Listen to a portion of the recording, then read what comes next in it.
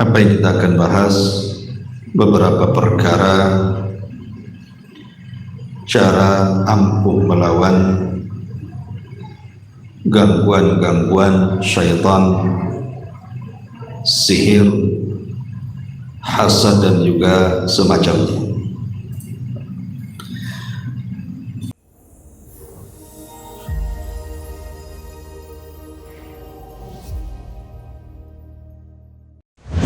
Assalamualaikum warahmatullahi wabarakatuh. Alhamdulillah wassalatu wassalamu ala rasulillah wa ala alihi wa sahbihi wa mawalah wa la hawla wa la quwata illa billahi wa ba'd. Alhamdulillah, di malam hari ini kembali kita bisa duduk untuk bertolabul ilmi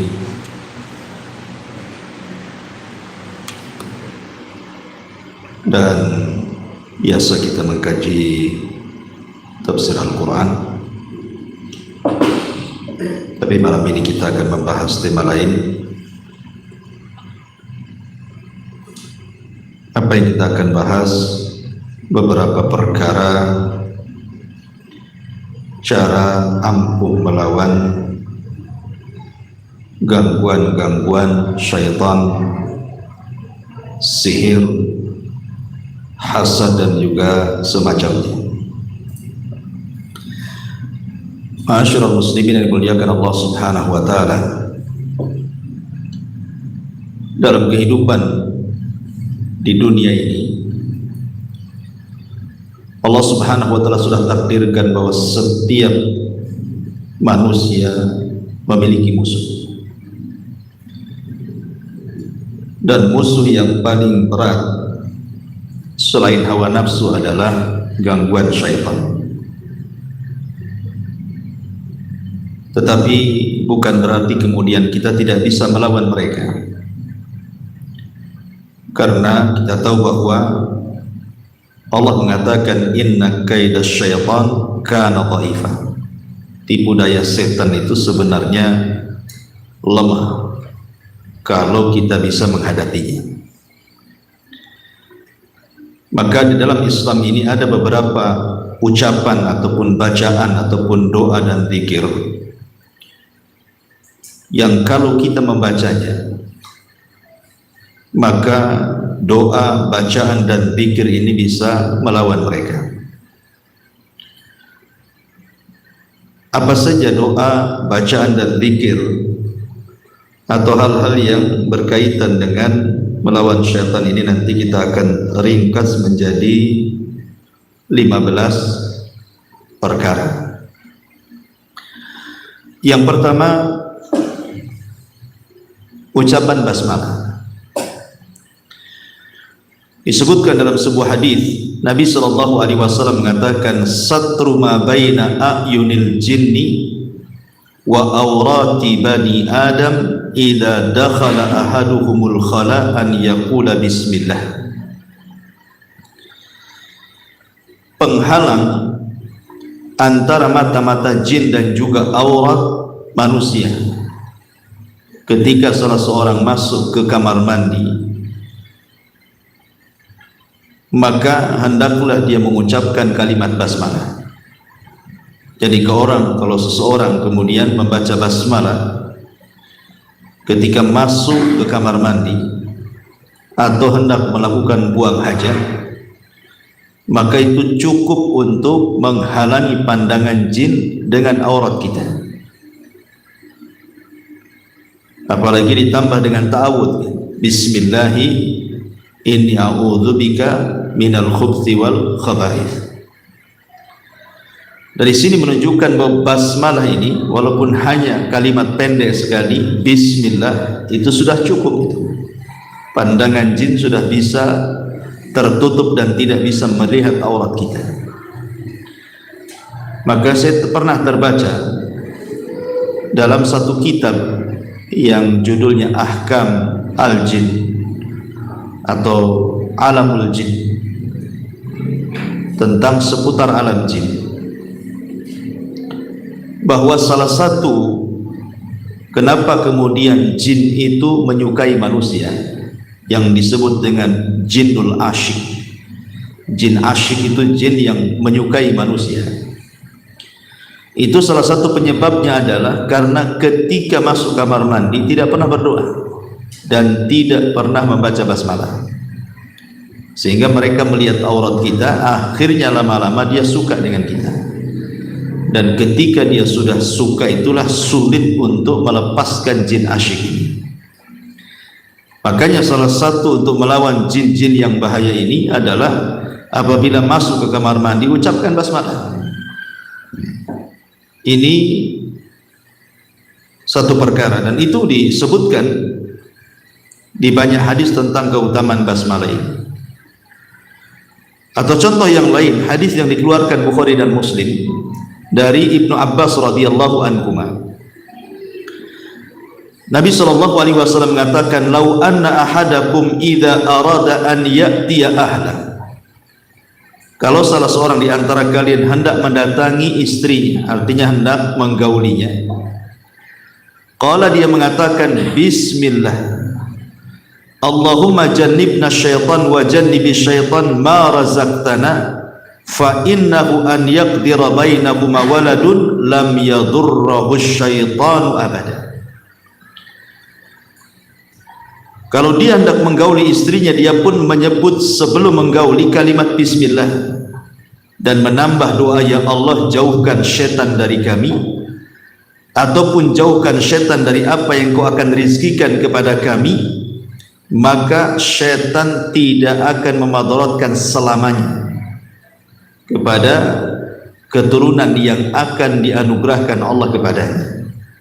Dan ini salah satu kiat mencetak anak soleh dan solehah itu seperti ini, dimulai dari ketika seorang suami menggauli istri, sudah mengucapkan basmalah, kemudian tambah dengan doa Allahumma jannibna syaitan wa jannibi syaitan ma razaqtana. Rasul mengatakan tidak akan syaitan memadaratkan dia sedikit pun. Kemudian contoh yang ketiga disebutkan dalam hadis yang sahih yang dikeluarkan Imam Abi Dawud. Jadi suatu ketika ada seorang sahabat mengatakan, aku dibonceng Nabi sallallahu alaihi wasallam.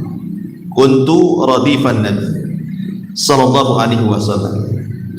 Fa atharat dabatun, tiba-tiba mungkin karena terlalu berat bebannya, akhirnya kendaraan yang dipakai itu kemudian terduduk karena terlalu berat.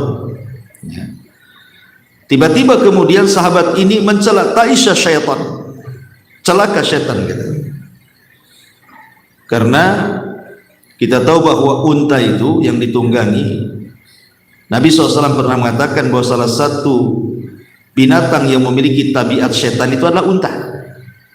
Makanya orang yang memakan daging unta itu disunahkan berwudu, batal wudunya karena memiliki tabiat syaitan. Makanya sahabat ini refleks mengatakan taisha syaitan, celaka syaitan. Maka Nabi mengatakan la taqul taisha syaitan, jangan kau katakan celaka syaitan. Kenapa? Fa innaka idza qulta dzalik ta'azama hatta yakuna mithlal bait. Karena engkau kalau mengucapkan celaka syaitan, maka syaitan akan besar kepala, kemudian seolah-olah sebesar rumah. Kemudian kata Rasul mengatakan wa yaqulu bi quwwati, dan setan akan mengatakan, lihat, karena kekuatanku dia takut kepada aku, katanya. Walakin, akan tetapi, kul, katakan bismillah. Fa innaka idza qulta dzalik, kalau engkau mengucapkan basmalah, tasaghara hatta yakuna mithla dzubab, maka setan akan mengecil seolah-olah seperti seekor lalat. Jadi jangan kita mencela syaitan dengan mengatakan taisa syaitan, celaka kau setan, gitu ya. Kalimat ini membesarkan setan.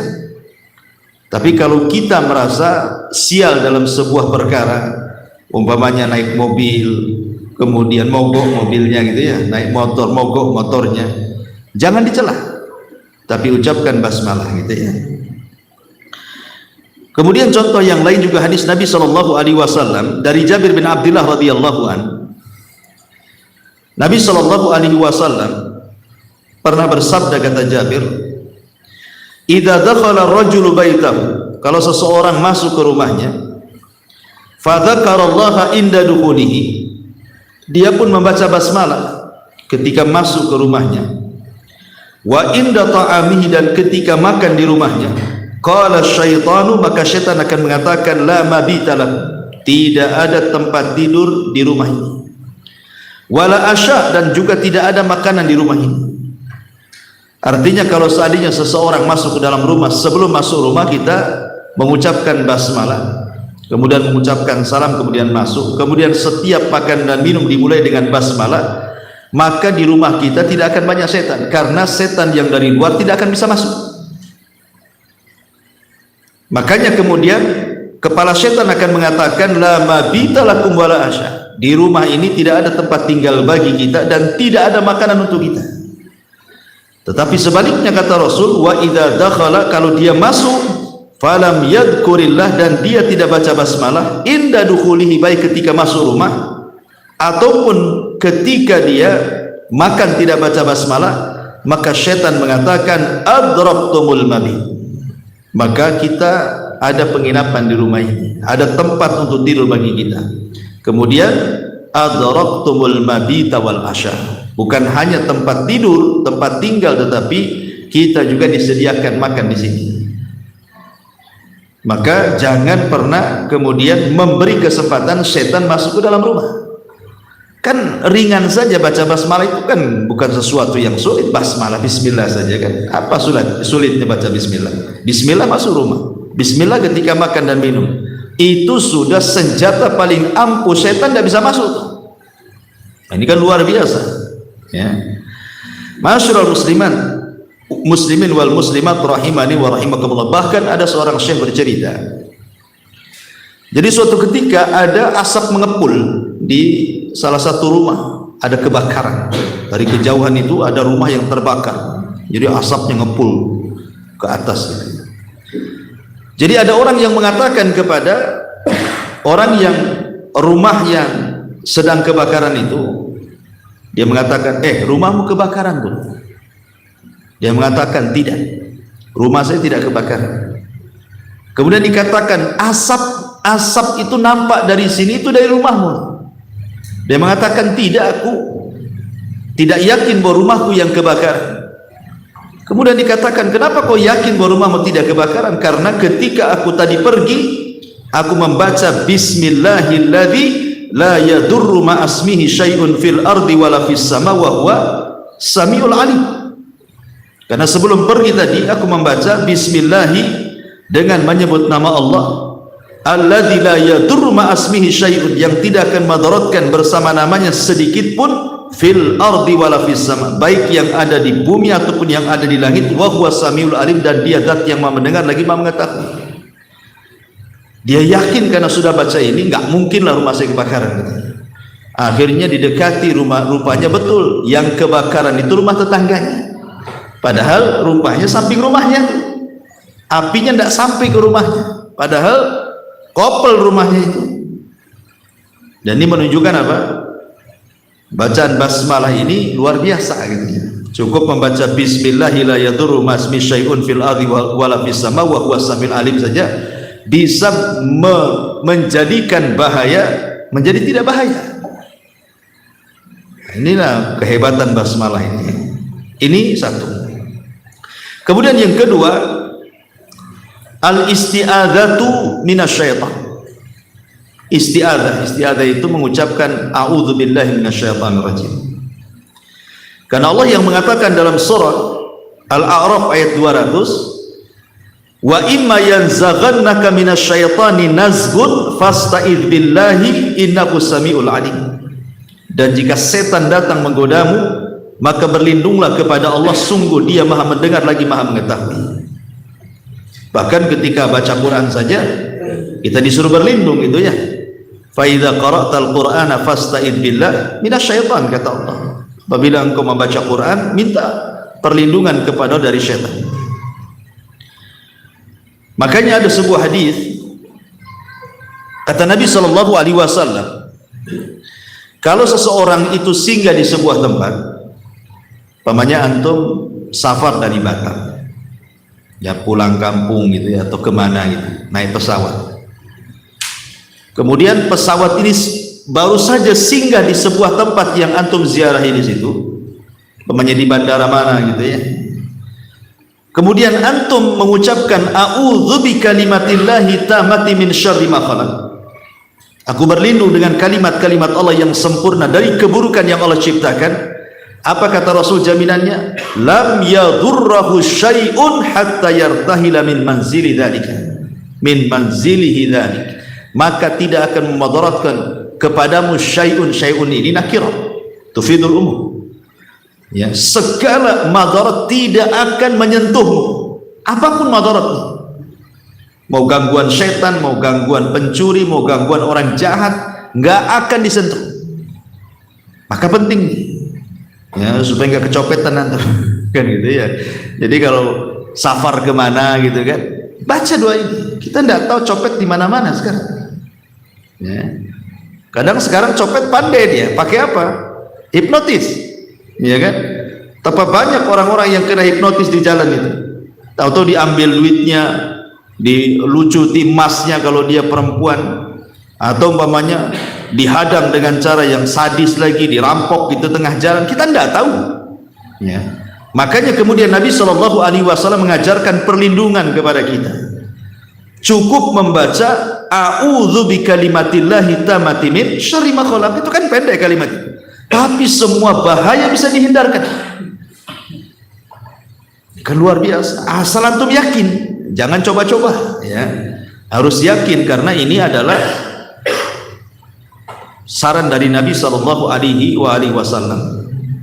Bahkan suatu hari Nabi sallallahu alaihi wasallam diceritakan, inna syayatina tahadzarat tilka lailata ala Rasulillah sallallahu alaihi wasallam. Jadi setan datang secara bergemuruh kepada Rasulullah pada malam itu, minal audiyati wasyi'ab wa fihim syaitan biyadihi syu'latun. Jadi Nabi SAW suatu ketika didatangi setan rame-rame gitu ya. Lah ketika Rasul SAW sampai di lembah-lembah dan bukit itu, rupanya ada satu setan di tangannya membawa api untuk membakar wajah Nabi. Jadi rombongan setan datang menyerang Nabi, yang satu itu bawa api gitu ya. Dijelaskan di sini yuridu an yuhriqa biha wajha Rasulillah, hampir-hampir mau membakar wajah Nabi. Memang sengaja membawa api untuk membakar wajah Nabi sallallahu alaihi wasallam. Fahabita ilaihi Jibril, tetapi sebelum api itu menyentuh wajah Rasul, Jibril turun. Faqala, dan mengatakan, ya Muhammad, kul, katakan.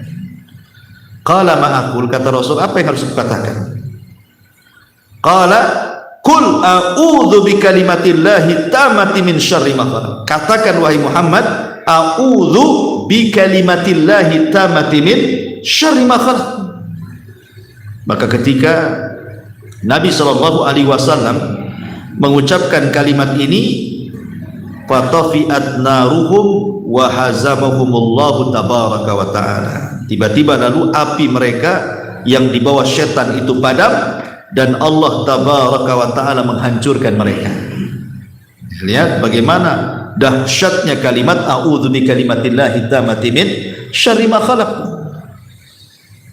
Jadi ta'awudz itu penting setiap hari ya. Tidak mesti umpamanya safar jauh, antum safar bersama keluarga, entah jalan-jalan ke Barelang gitu kan, mau jalan-jalan liburan rihlah gitu ya. Ya, atau kemana, makanya antum bekerja sebagai sales atau apa yang memang suka di jalan-jalan gitu. Ini penting bacaan ini. Ya. Ini yang kedua ya. Ini juga salah satu bacaan yang paling ampuh untuk melawan syaitan dan segala jenis keburukan. Yang ketiga, membaca ayat kursi. Membaca ayat kursi. Karena ayat kursi ini, ikhwan yang dimuliakan Allah Subhanahu wa taala, faedahnya banyak. Kalau antum baca ayat kursi ini di rumah antum, maka ayat kursi ini akan menjadi security, akan menjadi satpam bagi rumah kita. Dari apa? Dari setan-setan yang akan masuk menggoda orang yang ada di rumah itu.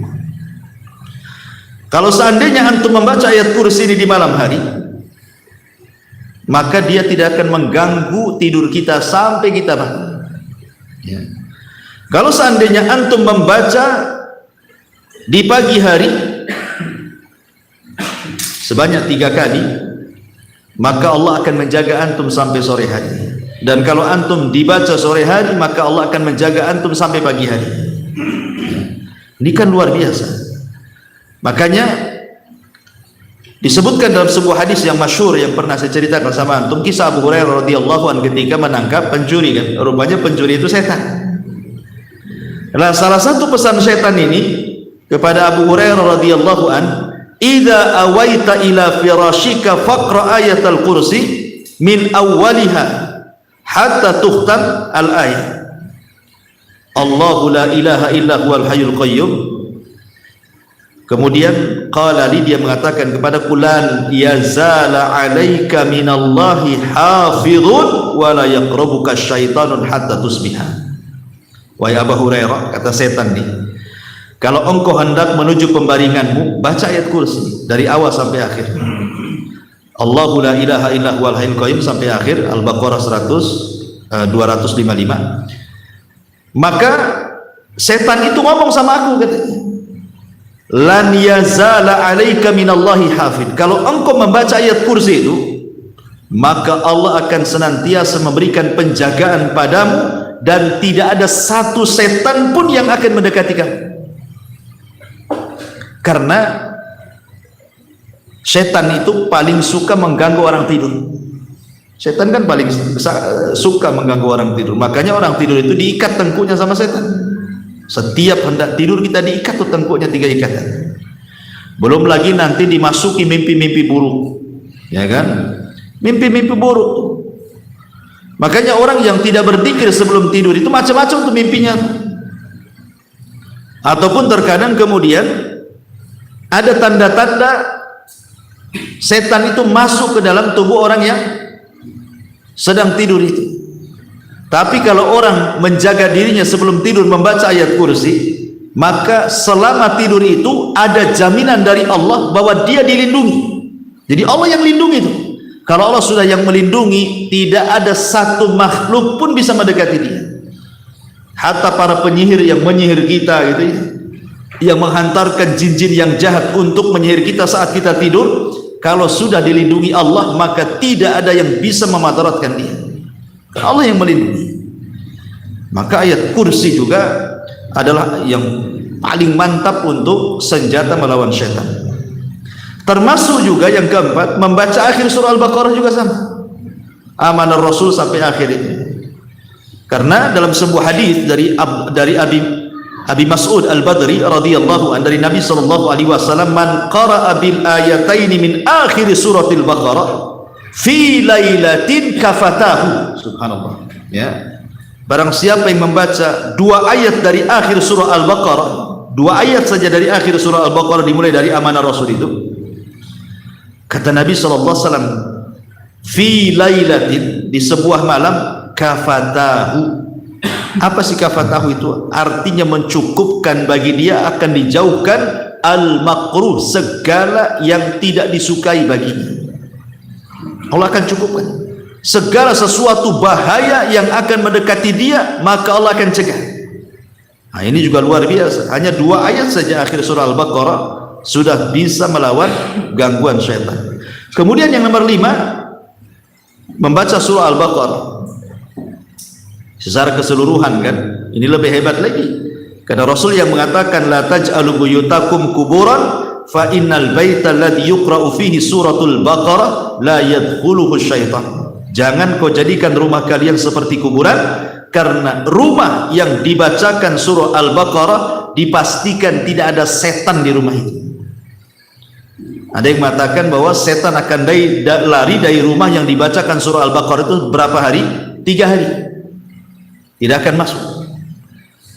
Makanya pernah saya ceritakan sama antum kan, ketika seorang penyihir ingin menyihir seorang wanita, tiba-tiba kemudian penyihir ini angkat tangan, tidak bisa menyihir. akhirnya berpindah ke tukang sihir di atasnya. Rupanya tukang sihir di atasnya angkat tangan juga. Akhirnya cari tukang sihir yang lebih sakti lagi di atasnya lagi. Rupanya tidak sanggup juga. Kata tukang sihir yang paling atas itu, dia mengatakan, aku sudah mengerahkan maradatus syaitan, katanya. Marodah itu artinya jin-jin yang paling jahat, itu marodah disebutnya. Aku sudah mengerahkan marodah, katanya. Maka marodatul jin pun tidak sanggup. Dan marodah itu menghabarkan kepadaku bahwa bagaimana mungkin aku akan menyakiti wanita itu kalau wanita itu setiap malam membaca surah Al-Baqarah. Luar biasa gitu ya. Ini surah Al-Baqarah ini bisa melawan syaitan luar biasa. Makanya dalam sebuah hadis dari Abi Umamah Al-Bahili radhiyallahu anhu, Iqra'ul Qur'ana fa innahu ya'ti yaumal qiyamati syafi'an li ashabi. Iqra'u zahrawaini Al-Baqarah wal Imran fa innahuma ta'tiyan yaumal qiyamah ka'annahuma ghamamatani aw ka'annahuma ghayayatani aw ka'annahuma firqani min tayri sawaf tuhajani an ashabihima. Iqra'u surat Al-Baqarah fa inna akhdaha barakah wa tarkaha hasratah wa la tastati'uhal batalah. Kata Nabi SAW, bacalah Al-Quran karena ia akan menjadi syafaat bagi para pembacanya. Bacalah dua bunga, maksudnya Al-Baqarah dan Al-Imran. Pada hari kiamat nanti keduanya akan datang seolah-olah dua gumpalan awan, atau seperti dua bayang-bayang, atau seperti dua gerombolan burung-burung yang berbaris yang akan membela para sahabatnya. Kemudian Rasul mengatakan, bacalah surah Al-Baqarah karena jika mengambilnya, membaca dan menghafalnya itu sebuah keberkahan, dan jika meninggalkannya itu sebuah kerugian. Dan jika dia membaca surah Al-Baqarah itu, maka tidak mungkin satu kejahatan, keburukan pun, baik dari tukang sihir, setan dan yang semacamnya, mampu melawannya. Gak ada yang bisa melawannya. Ya, setan-setan yang kuat saja tidak bisa orang melawan orang yang membaca surah Al-Baqarah. Ini kan luar biasa. Ini yang nomor 5. Yang nomor 6, biasakan membaca doa keluar rumah. Dalam sebuah hadis Nabi mengatakan, idza kharaja min baitihi bismillah tawakkaltu 'ala Allah wa la haula wa la quwata illa billah yuqalu lahu kufita wa wukita wa hudita wa tanaha anhu asyaitan. Kata Nabi SAW, barang siapa yang keluar dari rumahnya, tak lupa dia membaca bismillahi tawakkaltu 'ala Allah, dengan menyebut nama Allah, aku bertawakal kepada Allah. La haula wala quwata illa billah, tidak ada daya dan kekuatan kecuali milik Allah. Dia akan diberi 4 perkara. Pertama, kufita, dia akan dicukupkan. Yang kedua, wukita, dia akan dijaga. Yang ketiga, hudita, dia akan diberikan hidayah, diarahkan kepada rizki. Cukup sampai di sini. Yang keempat, watanaha anhu syaitan, setan tidak akan berani dekat-dekat kepada dia. Sehingga ada salah seorang setan ini ingin mencoba menerkamnya. Kata Nabi SAW, ketika ada orang keluar rumah, kemudian dia membaca bismillahi tawakkaltu 'ala Allah la haula wala quwata illa billah, kemudian Rasul mengatakan orang ini akan dicukupkan, akan dijaga, akan diberikan hidayah, dan setan tidak akan mendekat. Jadi ada satu setan ini yang berusaha menerkam orang ini untuk menyakitinya. Maka setan yang lain mengatakan, ya, percuma, kaifa laka bi rajulin qad hudiya wa kufiya wa wuqiya. Bagaimana kau akan menerkam orang itu? Orang itu loh sudah dijaga, sudah dicukupi, diberi hidayah, dan sudah ada jaminan kita tidak bisa mendekati dia. Bayangkan kawan, ini kalimat ini kan nggak panjang kan? Keluar rumah bismillahi tawakkaltu 'ala Allah la haula wala quwata illa billah. Subhanallah, kita mendapatkan 4 keutamaan, dijaga kita ini sampai kita pulang. Ikhwan, antum meninggalkan rumah itu, kita tidak tahu apa yang terjadi di rumah itu. Entah ada perampok yang masuk rumah kita, entah tahu-tahu konsleting listrik akhirnya kebakaran, ya kan? Entah terjadi apa-apa dengan anak kita, entah. disakiti itu apa, kita tidak tahu loh ya. Lah ketika kita keluar rumah supaya rumah dan isinya terjaga oleh Allah Azza wa Jalla, tinggal baca doa ini saja. Bismillahirrahmanirrahim, la haula wala quwata illa billah. Selesai. Belum lagi kalau antum kemudian keluar rumah masuk ke pasar umpamanya kan.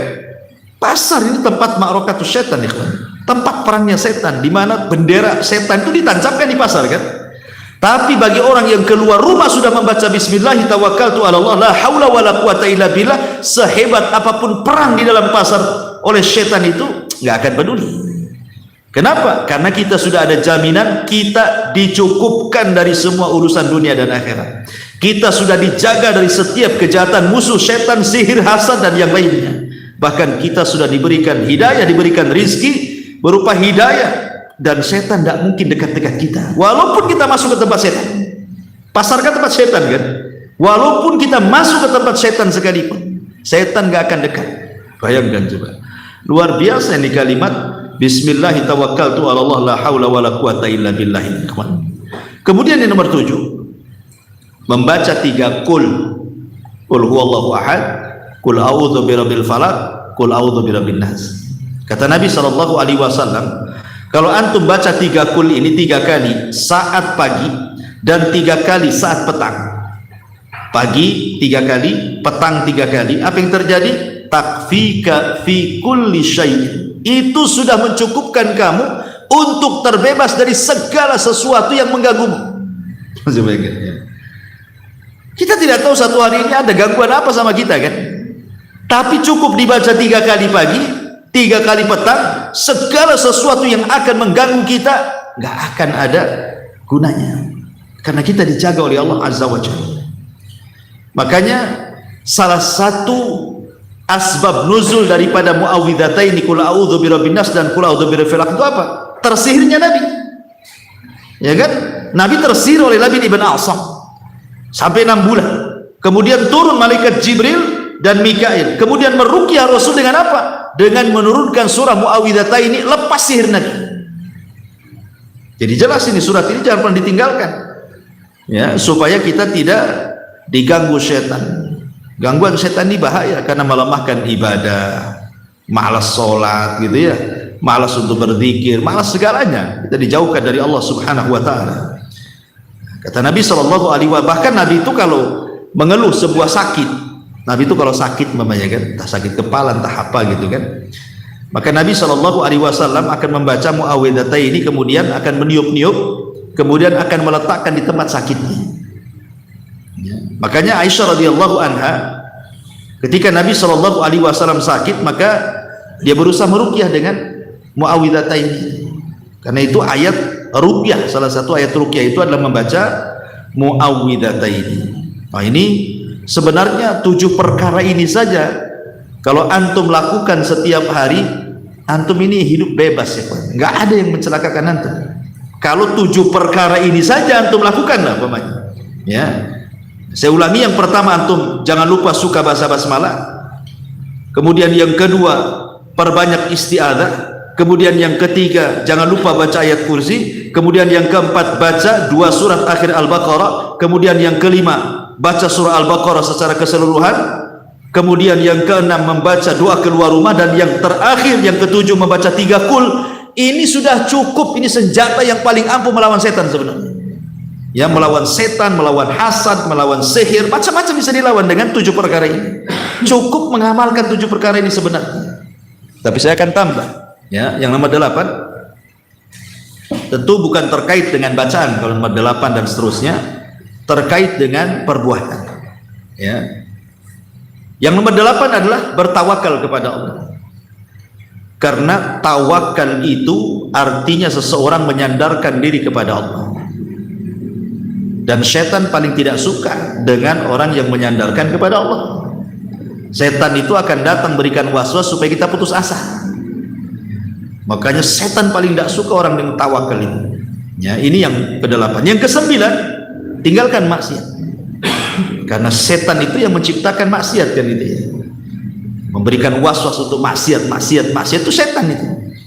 Jadi kalau kita melawan setan dengan cara meninggalkan maksiat, baik maksiat lisan, banyak ngomong, akhirnya mengeluarkan kata-kata yang tidak baik, atau mungkin maksiat perut, memasukkan harta-harta haram ke dalam perut, atau kebanyakan tidur akhirnya malas ibadah, ataupun maksiat-maksiat yang sifatnya kesyirikan, bid'ah, dosa besar, dosa kecil, dan begitu seterusnya, maka ini perkara yang tidak disukai setan. Jadi kalau kita berusaha meninggalkan maksiat, setan itu akan kecewa, ya.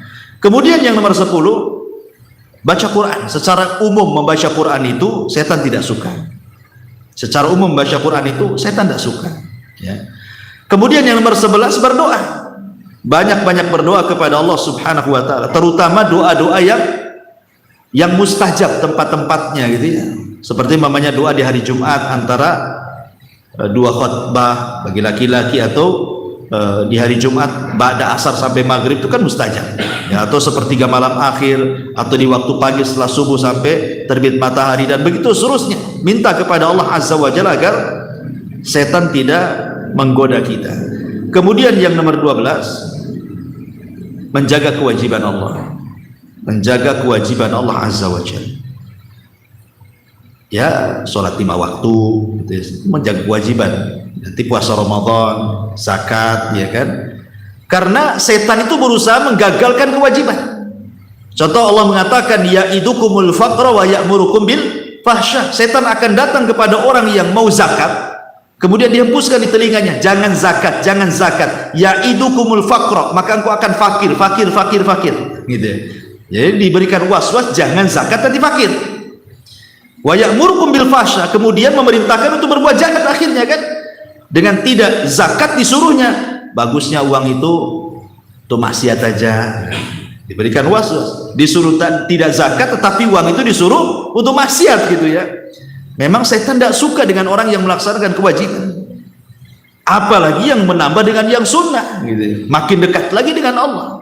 Karena dalam sebuah hadis kursi Rasul mengatakan, Allah berfirman itu, wala yazalu abdin yataqarrabu ilayya bin nawafil hatta uhibbahu. Kalau hamba ini sudah melaksanakan kewajiban Allah ditambah dengan yang sunnah, maka aku makin mencintai dia, kata Allah. Aku akan jadi pendengarannya, penglihatannya, tangannya, kakinya, dan begitu seterusnya kan. Nah, setan mau bisa apa coba kalau sudah Allah seperti ini dengan hamba ini, ya. Kemudian yang nomor 13 tentu memperbanyak istighfar, karena setan itulah yang menjadikan manusia itu berbuat dosa. Bagaimana caranya setan itu menghembuskan was-was supaya manusia itu berbuat dosa? Ketika manusia sadar dari dosa kemudian istighfar, setan paling marah, tidak suka dia, ya. Maka perbanyaklah istighfar. Kemudian yang nomor 14, menuntut ilmu. Karena bagaimanapun setan tidak suka dengan orang yang berilmu.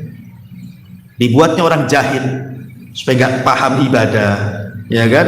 Akhirnya karena tidak paham ibadah jatuh ke bid'ah, ya, jatuh ke syirik, jatuh ke tidak ikhlas, jatuh ke riya, jatuh ke sum'ah, jatuh ke takabur. Itu setan paling suka. Tapi kalau orang sudah punya ilmu, dia bisa melawannya. Berarti orang ini bisa ngelawan saya nih, karena ada ilmunya masalahnya kan. Orang kalau ada ilmunya kan enak ngelawannya. Nah, setan tidak suka dengan para penuntut ilmu, ya. Kemudian yang nomor 15 yang terakhir adalah menjaga zikir. Lah, menjaga zikir ini termasuk juga zikir-zikir yang memang terkandung doa padanya. Umpamanya dalam keseharian kita apabila masuk kamar mandi, ya kan, jaga jangan sampai tidak membaca zikir, ya. Karena bagaimanapun kamar mandi tempat setan, makanya disuruh untuk berlindung dari setan laki-laki dan perempuan. Kemudian ketika masuk rumah tadi saya sudah jelaskan, jangan lupa baca basmalah gitu ya. Kemudian ketika keluar rumah jangan lupa baca bismillah tawakkaltu 'ala Allah la haula wala quwata illa billah gitu ya. Kemudian juga ketika keluar dari masjid, ya, kata Nabi SAW dalam sebuah hadis, barang siapa yang keluar dari masjid itu kemudian dia mengucapkan Allahumma gfirli dzunubi, ya Allah ampuni dosa-dosaku. Dalam tambahan ada riwayat yang lain yang dihasankan oleh Syekh Nasiruddin Al-Albani rahimahullah ta'ala, ada tambahan Allahumma simni min syaitan, Allahumma simni min syaitanir rajim, ya Allah mudah-mudahan engkau menjaga diriku dari gangguan setan. Nah, itu juga dianjurkan, termasuk juga jangan lupa zikir pagi dan petang, itu sudah jelas ya. Kalau zikir pagi dan petang itu memang luar biasa. Antum kalau melazimkan zikir pagi dan petang, nggak akan ada setan dekat-dekat dengan antum. Kemudian juga termasuk kalau antum mimpi buruk, karena itu kan dari setan mimpi buruk itu ya. Jangan dibiarkan. Kalau antum lagi mimpi buruk, jangan dibiarkan. Apa yang dilakukan? Lekas antum baca ta'awudz, berlindung kepada Allah. Kemudian sebagai bentuk penghinaan setan karena sudah mengganggu dia dalam tidurnya, ludahi ke arah kiri 3 kali. Meludah ke arah kiri itu dalam bentuk menghina setan itu. Ya. Kemudian supaya antum tidak diganggu lagi, setelah antum baca ta'awudz, kemudian antum hinakan setan dengan meludah ke arah kiri 3 kali, sebagai bentuk tafaul antum ganti posisi. Supaya diganti dari mimpi buruk menjadi mimpi baik, itu maksudnya. Diganti posisi. Ya, dan jangan ceritakan kepada siapapun. Nggak boleh, mimpi buruk nggak boleh ceritakan kepada siapapun, karena takut ditakwil dengan keburukan. Mimpi baik saja tidak boleh sembarang cerita. Boleh cerita kepada orang yang suka dengan antum. Kalau diceritakan kepada orang yang tidak suka, takut takwilnya nggak bagus. Itu mimpi baik itu kan, nggak sembarang orang cerita, apalagi mimpi buruk gitu kan. Maka 4 perkara dalam mimpi buruk ini antum lakukan. Pertama ta'awudz, yang kedua meludah ke arah kiri sebagai bentuk penghinaan setan, yang ketiga langsung bertukar posisi supaya dipindah dari mimpi buruk ke mimpi baik, kemudian jangan ceritakan kepada siapapun. Caranya ya, ini pun harus dilakukan, karena ini dalam bentuk menghindarkan diri kita dari setan. Termasuk juga tadi kalau hendak menggauli istri, maka jangan lupa juga membaca basmalah ya. Bismillahi Allahumma jannibna syaitan wa jannibi syaitan ma razaqtana. Ya, dan banyak lagi. Tetapi sebenarnya 15 perkara ini kalau sehari-hari kita lakukan sebenarnya bebas kita ini. Ini senjata paling ampuh melawan setan. 15 perkara ini kalau kita amalkan, insyaallah maka kita akan terhindar dari gangguan setan, gangguan sihir, gangguan hasad, gangguan ain, bahkan kejahatan manusia sekalipun. Setiap makhluk yang buruk yang Allah ciptakan sekalipun tidak akan mengganggu kita kalau 15 perkara ini kita amalkan. Wallahu a'lam bishawab. Ikhwan, kebetulan saya ada rapat juga ini malam ini. Saya buru-buru. Subhanallah bihamdika, asyhadu an la ilaha illa anta, astaghfiruka wa atubu ilaik. Wallahu ta'ala. Assalamualaikum warahmatullahi wabarakatuh. Intinya bahwa tolong berakhlak kepada Allah. Membahas tafsir dari surah Al-Imran. Lahirlah Imam Muslim, Abi Dawud, Tirmidzi, Ibnu Hibban. Jadi ketika Yunus alaihi salatu wassalam terkena undian itu,